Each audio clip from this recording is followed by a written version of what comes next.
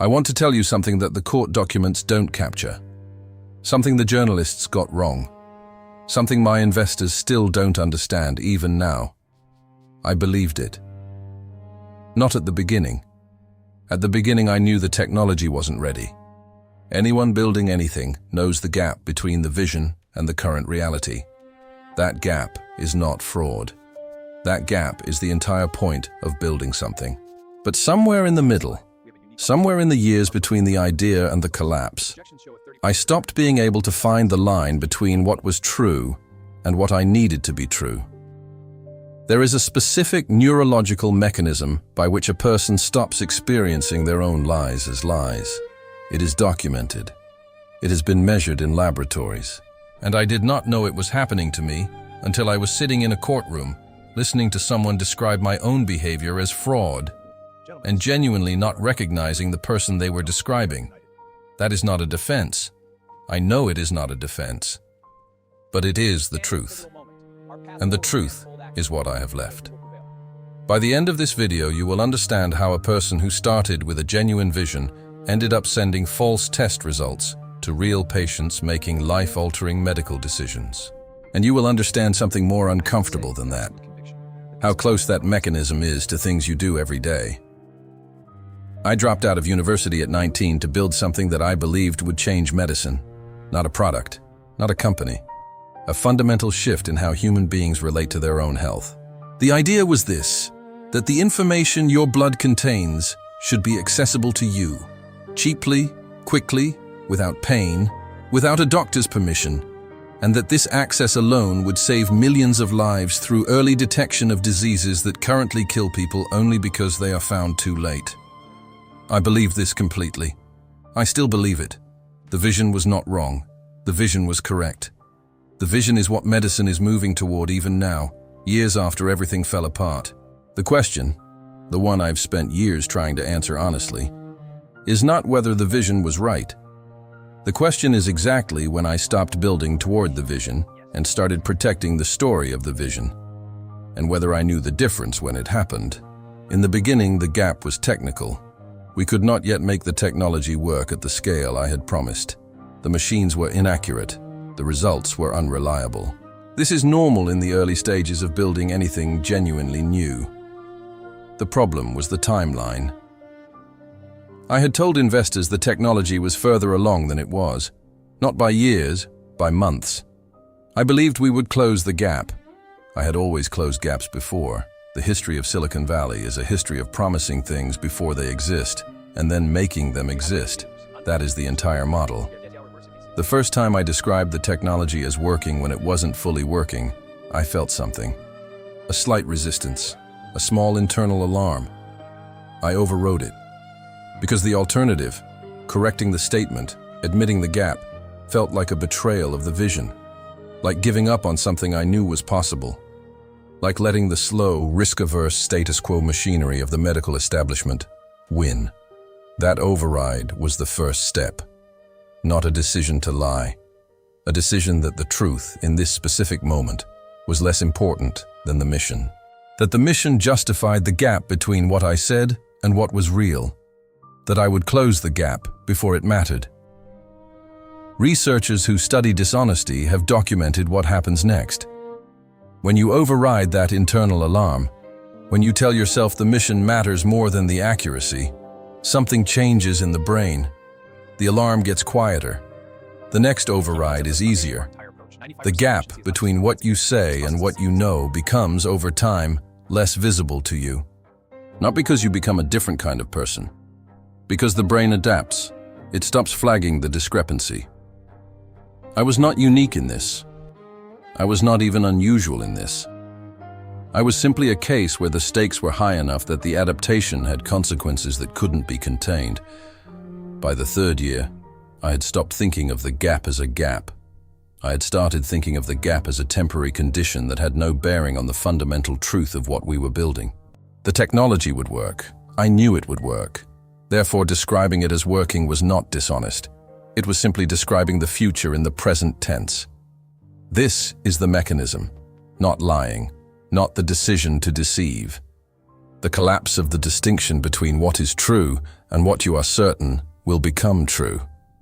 The absolute conviction that the direction of travel is correct is enough, for some people in some states of belief, to override the difference between now and then. I want to tell you about a specific moment, not the moment I was caught. The moment before that, the moment that, looking back, was the clearest evidence of how far the self-deception had gone.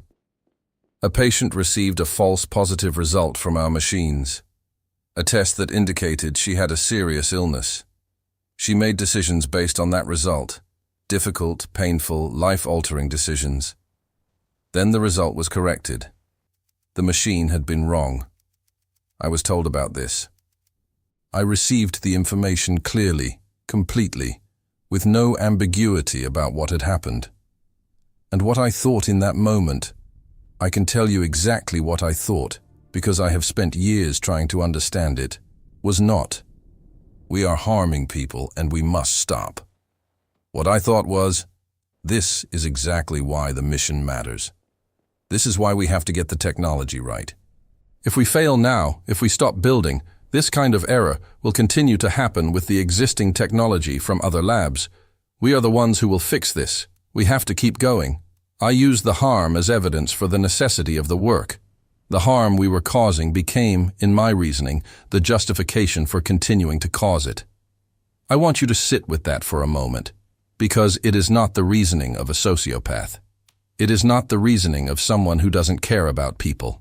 It is the reasoning of someone who cares so completely about the vision that they have lost the ability to evaluate the present against any standard other than the future they are certain is coming. It is the reasoning of true belief, and true belief is one of the most dangerous states a human mind can occupy. The employees who raised concerns were managed out, not because I thought they were wrong about the technical problems, because I thought they lacked the conviction to understand that the technical problems were temporary. The board members who asked difficult questions were given answers that I believed were true, not because I was protecting myself, because I genuinely could not see the gap between my answers and the reality they were asking about. By the time the investigation began, I had been living so completely inside the story of the mission that the story had become, for me, indistinguishable from the facts. I was not performing confidence. I had it. I was not pretending to believe. I believed. And that belief, that completely sincere, completely undimmed belief, had caused more damage than a deliberate lie would have, because a deliberate lie can be corrected when it stops working. A belief cannot. I want to take you out of Silicon Valley now, out of the courtroom, out of the depositions and the Wall Street Journal investigations and the documentary. I want to bring you somewhere smaller. Yes, I'm listening. You have told a story about yourself that is not entirely accurate, not a lie, not a conscious distortion.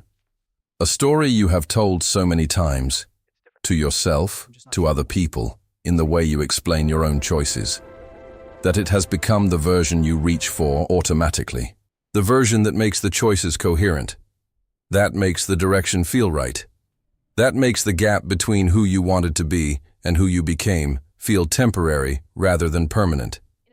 You have used your vision of the future to justify something about the present. You have told yourself that the person you are becoming makes acceptable the person you are right now. You have described a direction of travel so convincingly, to yourself first, then to others, that you stopped being able to locate the gap between where you said you were and where you actually were. This is not fraud. This is how people work.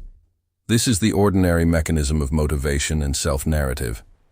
The difference between what I did and what most people do is not the mechanism. The mechanism is identical. The difference is the scale of what was at stake when the gap became impossible to ignore. The most dangerous person in any room is not the one who knows they are lying. It is the one who has told the story of their own righteousness so many times that they have lost the ability to hear it as a story. The fraud is not in the deception of others. It is in the successful deception of oneself. Earlier I asked you to hold a question. When did I stop building toward the vision and start protecting the story of the vision? I know the answer now. It was the day I first overrode the internal alarm. The day I decided the mission was more important than the accuracy. That was the day. Not the day the machine sent a false result to a patient. Not the day the investigation began. The day of the first override. Every subsequent step followed from that one. The brain adapted. The alarm quieted. The gap became invisible. The story became indistinguishable from the facts. $900 million and a decade later, I was sitting in a courtroom genuinely unable to find the person they were describing in myself. Because the self-deception had been so complete, so structurally integrated into my identity, that dismantling it would have required dismantling the self that had built it. I am not telling you this to generate sympathy. I am not telling you this because I think the harm I caused was acceptable. Real people received false medical results. Real decisions were made on false information. Real damage was done to real lives. That is not abstract. That is not collateral. That is the thing I live with. What I am telling you is this. The story I am describing, the story of a vision so large and so certain that it eventually consumed the ability to evaluate reality, is not a story about me specifically. It is a story about what happens when the internal alarm is overridden often enough that it stops sounding. That alarm is the most important thing you have. More important than intelligence. More important than conviction. More important than vision. The moment you learn to override it efficiently, the moment overriding it stops costing you anything, is the moment you become capable of harm you would not recognize as harm. Think about the last time you overrode that alarm. Not a moral catastrophe. Something small. Something you told yourself was fine, was necessary, was temporary, was in service of something larger. How many times have you overridden it since? You don't get to $900 million in a single step. You get there one override at a time.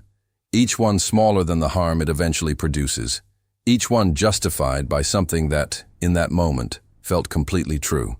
My name doesn't matter, but you know the story. And now you know the mechanism. What you do with the alarm, that part is still yours.